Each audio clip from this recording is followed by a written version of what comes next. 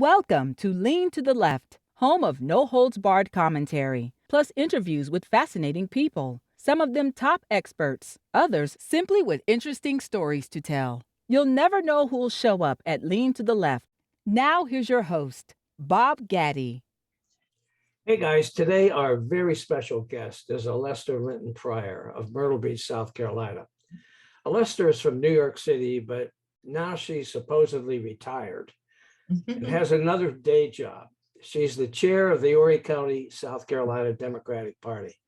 And that's quite a challenge considering the fact that Republicans have dominated there for years. Alester is our sixth guest this month to honor Women's History Month. All have been remarkable women who are making important contributions to their communities and in our society. Alester is no different. Welcome to Lean to the Left, Alester. Thank you, Bob, for having me. I'm very humbled to think that you would want to interview me, period. So thank you very much. Oh, come on. You're doing such a good job, and what you're doing is so important. What brought you to South Carolina, Alester? Well, I have to give you a little history about my being here in South Carolina. My mother always told me if it has South in it, don't do it.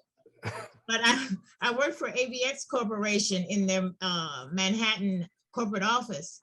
Okay. And when they closed their corporate office in Manhattan, they relocated it to Myrtle Beach, South Carolina. Oh. I helped with the transition. And once I helped with the transition from closing the New York office, they offered me a position here in Myrtle Beach. My husband had already retired, so he said, heck, why not? Let's do Myrtle Beach. Sure. I was still a little concerned about the South, but we made it. The transition was good, especially after 1996 when we had all that snow, 73 inches of snow in New York. Yeah. It was time to move. So when is that when you moved, 1996? 1996, yes. Well, then you've been in Myrtle Beach for quite a while. Yes. Yeah, 20 plus years. But I'm years. still a New York City person. I live in Myrtle Beach, South Carolina. Well, you know what? You know what? You're a New York City person, but you're running the Democratic Party in Horry County, South Carolina now. That is true. Oh, New York City person and a Democrat. So that's we'll sync that. Yeah. All right. So you worked for that corporation. You were an executive assistant, right? Yes. So what exactly did that involve? Basically, I was a executive assistant to beginning when I first moved down there. He was the CFO, then a CEO, and then I went to work for the general counsel, which was the legal arm of the ABX Corporation. Oh, so you that was one of my most important jobs, making sure that everything stayed legal. So you sort of ran the ABS Corporation, I think, basically. Oh, no. I assisted in the running of the ABX. I hope nobody from ABX is listening, but no, I worked for the general counsel, which was very, very enlightening because I got to deal with a lot of our offshore facilities and entities, and I was able to do, I'm also a notary public, so I was able to do a lot of the notarizing of documents and able to learn the intricate part of running a worldwide organization. Well, then that gives you some great qualifications for running the Horry County Democratic Party, I would gather. I think there's no qualifications exactly for running the Horry County Democratic Party.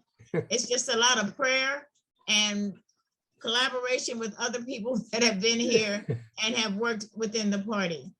I'm very blessed to have a group of people that are really supportive of me being chair, and I thank them for that. Is the retired life as chair of the party what you expected when you retired? No, it isn't. In fact, it's nothing that I had imagined. And I had been involved in the Horry County Democratic Party as an EC, as a secretary, and also as a vice chair, the second vice chair of the Horry County Democratic Party. I guess it's just a matter of steps that I should become chair, which I should have rethought that out. But I'm glad they elected me, and I hope to make a difference and an impact.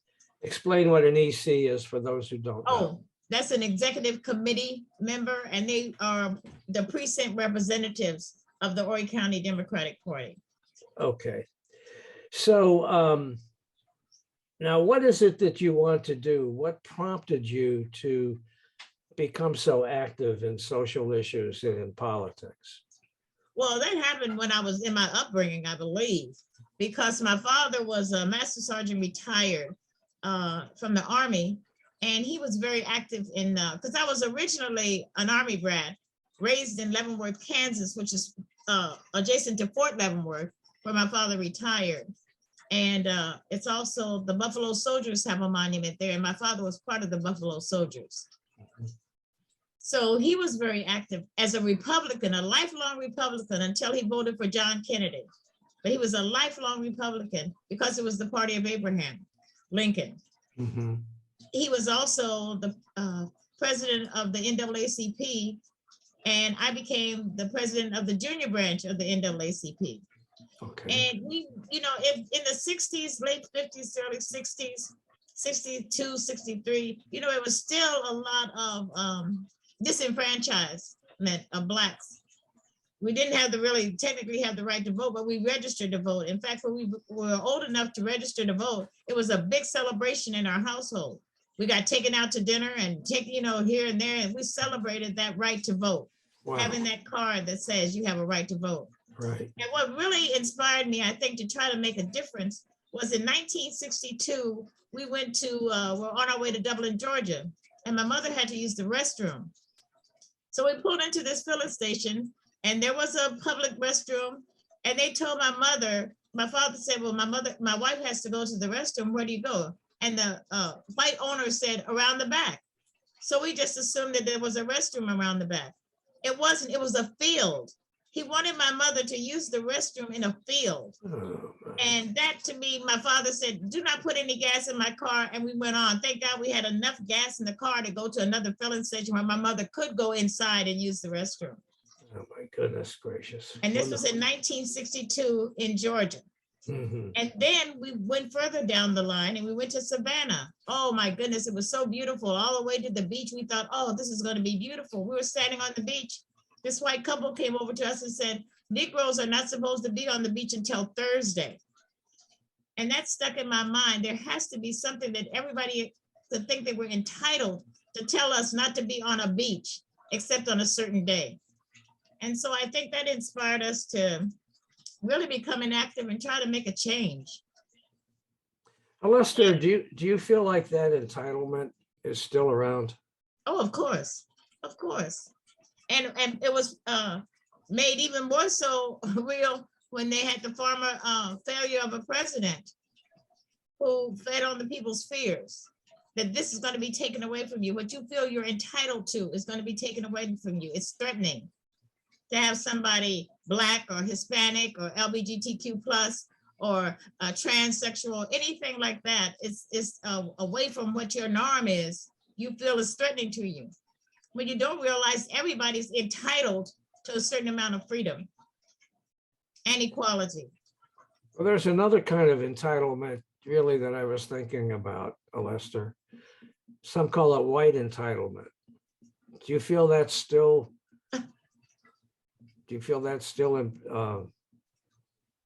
around?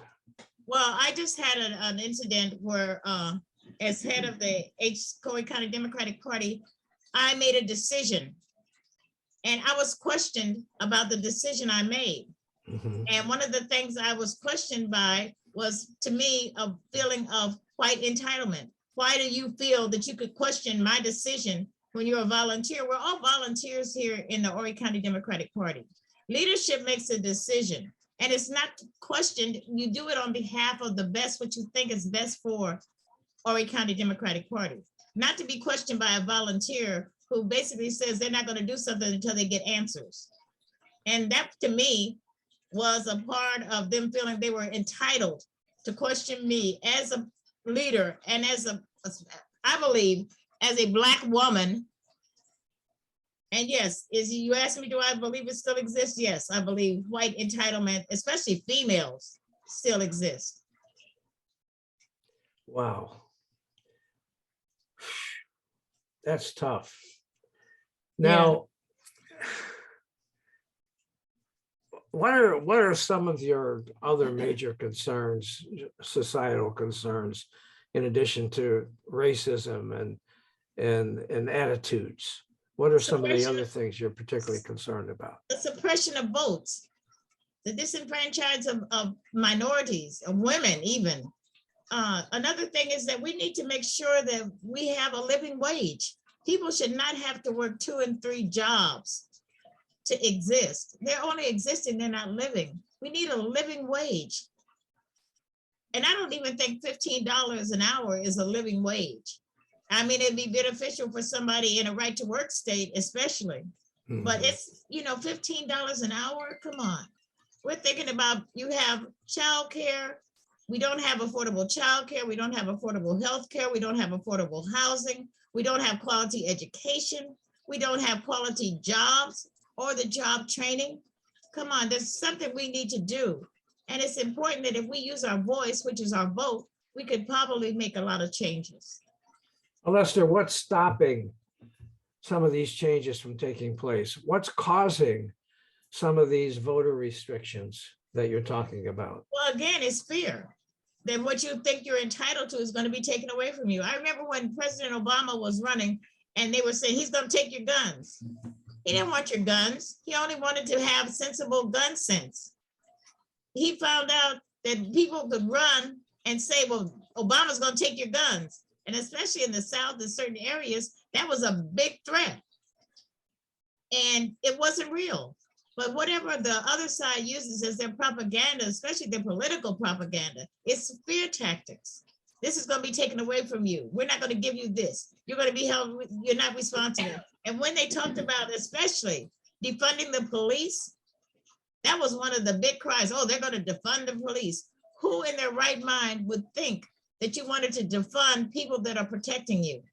It wasn't about defunding police. It was about allocating certain funds to areas such as community involvement, community policing. All these things make a difference. And also we cannot seem to get our young people involved. And that to me is critical. We have to get young people because as one of our Democratic candidates said, most of us are seasoned voters. That means we're past that millennial age and baby boomer age, and we need to make sure that the legacy that Fannie Lou Hamer and others fought for does not die in our generation. So we need to bring young people in and get them involved and know that nothing is guaranteed for you. If you want to empower your family, empower your communities, you have to use your voice, and your voice is your vote. Do you have a message to young people right now who might be watching this? Oh, I would tell them, please become involved. Educate yourself about our candidates that we have. We have viable candidates this year for running for governor, for US Senate, running against Tim Scott, who has not been that good in providing for people who are not Republicans. And Republican voters need to understand that every time they vote Republican, they're voting against a living wage. They're voting against affordable housing. They're voting against affordable childcare. They're voting against healthcare. They're voting against a woman's right to choose. They're voting against equity in jobs. They're voting against what they think is in their best behalf. They're voting against it by voting Republican. Do you feel the Democrats in Washington, including the president, are doing enough on these issues that you're talking about? I think with President Biden, with his PPE and the Build Better American plan, yes. However, Democrats don't, as Bakari Summers said, Democrats suck at messaging. President Biden has done a lot for this country and it continues to do so, but it's not broadcast. PPE saved a lot of things. Yeah. No Better America, with the structure it is, it can help create jobs, good paying jobs, living wage paying jobs, which is needed. You know, and we have to remember that he's fighting Senate, even though it's, I don't know what to say about the Senate, because you have people like Manchin and you have people like the Republican person that's supposed to be the minority leader. McConnell, Mitch McConnell. Yes, yes. Yeah. Well, I don't like to use his name. Like I Okay, don't like to use the former president's name. okay. However, they are destructive. And again, they don't think about, I think it's their grab to maintain power. And if their voters really understood what was happening, I believe they would reconsider. If you're not going to give me a living wage, if you're not going to give me affordable childcare, if you're not going to give me affordable health care, if you're not going to give me affordable housing, if you're not going to protect my rights, why would I vote for you? But their messaging is so like a cult in the Republican Party that they do these things and they don't get any back, feedback. Why aren't you giving us a living wage? Why aren't you giving us affordable housing? That would be my question to Republican leadership. What are you so fearful of? What is your response to the people that still continue to support Donald Trump and his complaints about the 2020 election, his big lie? It is a big lie, but again, I'm a firm believer. If you make people afraid, they will do anything to calm themselves. And anytime you can believe a liar, someone that makes fun of a disabled person, someone that lies. I'm from New York, and he destroyed Atlantic City by not paying subcontractors and contractors. He's always been a liar. And they talk about his wealth and his build. A lot of times he didn't build anything. He just sold his name to be put on something that was already established. So there's a lot. I don't understand why people get caught up in celebrity, I'm going to say. And he's really not a celebrity. He's a failure. But, and I believe that he should have been brought up on murder charges. And I know this may sound like a conspiracy theory. However, we lost over 800,000 Americans because of his failure to acknowledge that there was a pandemic that was taking place. While he was already vaccinated, he's telling people, don't get vaccinated, don't do this, don't do that. And I think he ought to, I think he's a criminal. I just read yesterday that, how to say this, among the unvaccinated people, Trump has a 46% lead over Biden. Mm-hmm. Is that incredible to you? No, because if you're unvaccinated, that means that you believe that you believe in Trump. Mm-hmm. People that don't believe in Trump are getting vaccinated. People are dying. We're dying because they didn't get vaccinated, because he tells them all this crap that they could do. All this stuff they could do to prevent COVID, which is a lie. And anytime you believe a liar, it's mind-boggling to me. That part is mind-boggling to me. People with some type of sanity can believe somebody that's insane, completely insane. Okay. Alester, let's get back to the Horry County Democratic Party. What's the best part of being the chair of the Horry County Democratic Party? Working with the people, seeing how enthusiastic they are about making a change. And that inspires me. One of the first initiatives I did and wanted to instill in COVID shutdown was Engage or Read. And that was because a lot of times in communities, they thought the Democrats only came out at election time, which now we're trying to be more visible. And thank you for your job that you're doing also, Bob, is visualizing what the Democratic Party can do if you join us in the impact that we can make in the various communities. And that's important to me.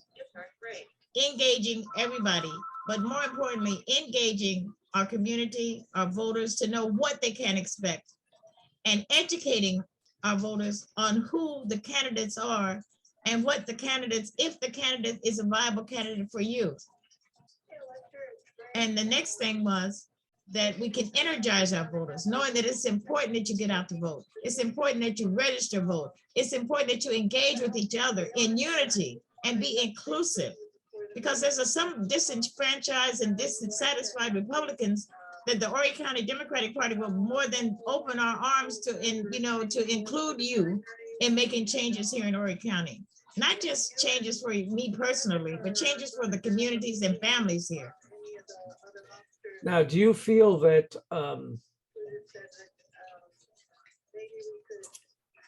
Do you feel that it's an uphill, impossible hill to climb with the way the Republicans have dominated this area?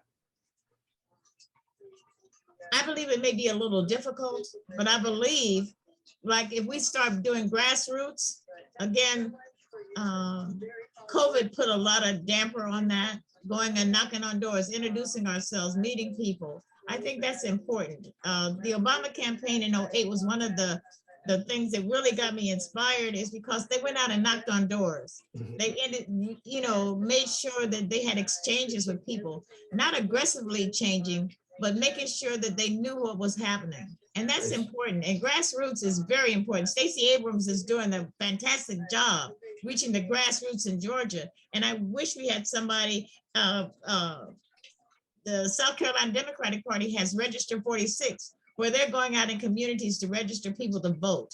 And that's going to be important. And again, I think Democrats need to not be afraid, but be visual. If they can see us and see what we're trying to do, maybe somebody will say, oh, wow, that's something that we could think about doing. Oh, wow, maybe we need to think about living wage. Oh, wow, we live in a state that is a right to work state where somebody can terminate you without any explanation, basically. And we also need to make sure that everybody has a living wage. So I asked you what the best part of being the Horry County Democratic Party chair is. What's the worst part? What's the worst part? Trying to be innovative. And, we can't always do things the same way. And I think the worst part is that sometimes, being this is a volunteer organization, people's feelings get hurt. And I remember there's an old adage that says, people may forget what you say, but they never forget how you make them feel. And I think that is the most difficult part of me, is to make sure that nobody feels that they are being disrespected, that nobody feels that they are not valuable, and that nobody feels that they are not just as important as I am as chair of the Horry County Democratic Party. Is it kind of like herding cats, though? I wouldn't say that at all, Bob. No. It's not that bad. It's just that you want everybody to, again, stressing that we're all volunteers. We all want the volunteers to feel good about what they're doing. And they want to feel effective, and they want to feel productive. And that's probably the hardest challenge I have, is making everyone feel that they are essential, because the Horry County Democrat Party cannot function without our volunteers and our officers and our state ECs, who bring us back messages and keeps us in contact with what the South Carolina Democratic Party is doing. So if you, at the end of the day, when you're finished as chair of the Horry County Democratic Party. Next year in 2023. That's going to be it? 2023, Bob. All right. At that time, what is it that you want to have achieved? Registering voters and getting them out to the polls. Okay. I would like to have poll workers. I would really like to have a candidate, especially in the 7th congressional district, that we see elected. Yeah. We have viable candidates this year. I would like to see them be elected, and that would be my goal. If next year, I would like to say Horry County was essential in getting Mia McLeod, Joe Cunningham, Angela Jeter, Christel Matthews elected. Okay. Is there anything else you'd like to add, Alester? No, but yes, one other thing. I would like to thank all the Democrats in Horry County. Please hold your head up. We got a battle on our hands, but we can be victorious. And I thank you for working with me, everyone. And I thank you, Bob, for a podcast. Okay. All right. Well, thank you, guys. I hope you enjoyed this conversation with Alester Linton-Pryor, the chair of the Horry County Democratic Party. Alester is working really, really hard. She's trying to make change. It's an uphill battle. We do have a ton of great volunteers that make this party sing. Yes, there are often, conflicts and things that happen, but that always happens when you have a lot of people working together, especially when they're all volunteers. Yeah. And so it's a hard thing to, and she says it's not like herding cats, but Mhm. I think it is. And at any rate, I think we have some great cats though. Mhm. At any rate, I thank you guys for hanging in there with us, and I hope you enjoyed this conversation. Thank you, everyone. Be well. Hey guys, thanks for listening. I hope you enjoyed this Lean to the Left video, and you'll come back on a regular basis and check out our interviews with guests on topics that I hope you find interesting, entertaining, and enlightening. Our audio interviews stream weekly on Mondays, and depending on what's going on, also on Thursdays. And many are also produced as videos like this one. In addition, we provide narrations of much of the commentary published on the Lean to the Left blog, commentary by some excellent writers with perspectives on a whole range of topics. Now you can sign up as a member at leantotheleft.net. And of course, it's all free. Also, let your friends know about this podcast and take a minute to subscribe. Just go to podcast.leantotheleft.net. You can subscribe there. You can also check out the upcoming interview schedule, and you can listen to all of our episodes too. You can also support this podcast by clicking on the Donate tab at the top of the page, where you'll find links to buy me a cup of coffee and also PayPal. Follow us on social media. Facebook at the Lean to the Left podcast, Twitter at Lean to the Left 1, Instagram at Not Fake News. Now remember, our goal is to be informative and entertaining as we comment on the latest developments in the news. You guessed it, with just a little lean to the left. Now this is Bob Gaddy signing off for Lean to the Left. Thanks for sharing your time with us.